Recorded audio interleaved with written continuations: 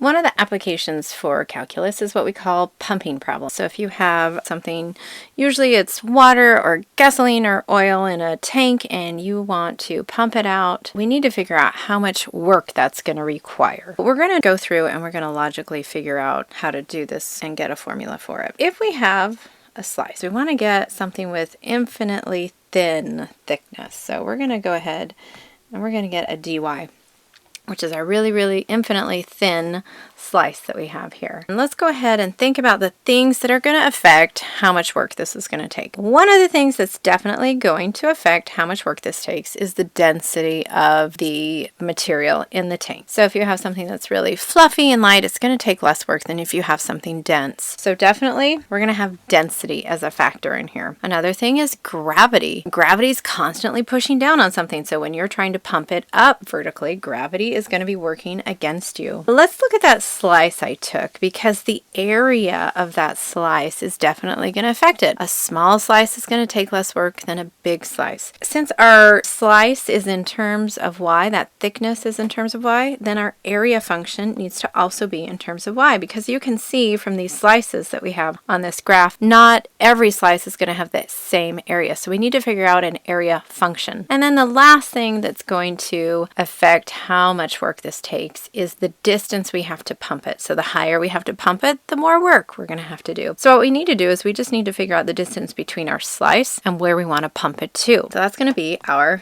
distance function. If we take the integral and we look at it and we say, okay, where can our slices go from? We can say our slices are going to go from A to B. In this particular example, our y starts at 0, so our A would be 0. It doesn't have to necessarily, depending on how the problem's set up. So we're going to go from A to B. That's where our slices are going to go. So I have to multiply it by our dy, the thickness of our slice. That's the work it's going to take to empty this particular tank right here. And that's the formula we're going to use. So let's go ahead and let's look at an example.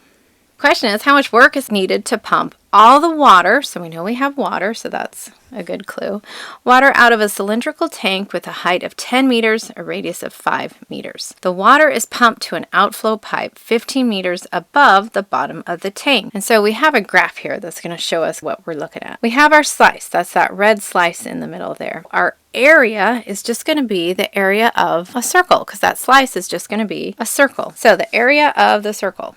Let's go ahead and figure this out. Area of a circle is always pi r squared. In this particular case, our r is 5. So our area is going to be 25 pi. Let's figure out that distance function.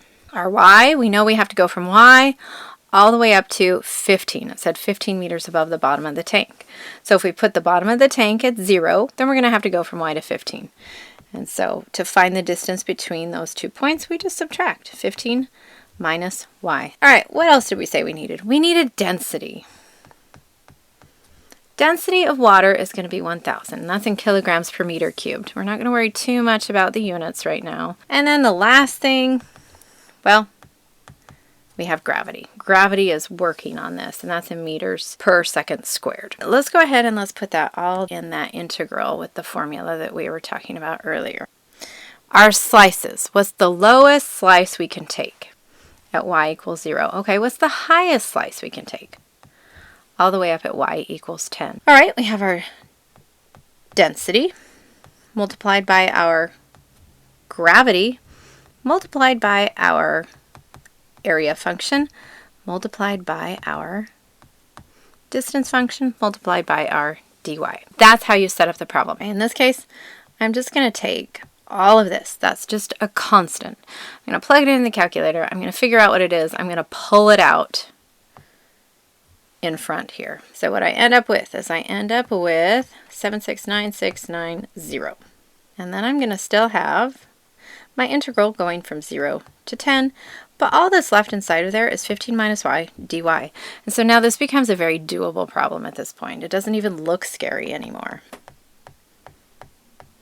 Antiderivative, let's go ahead.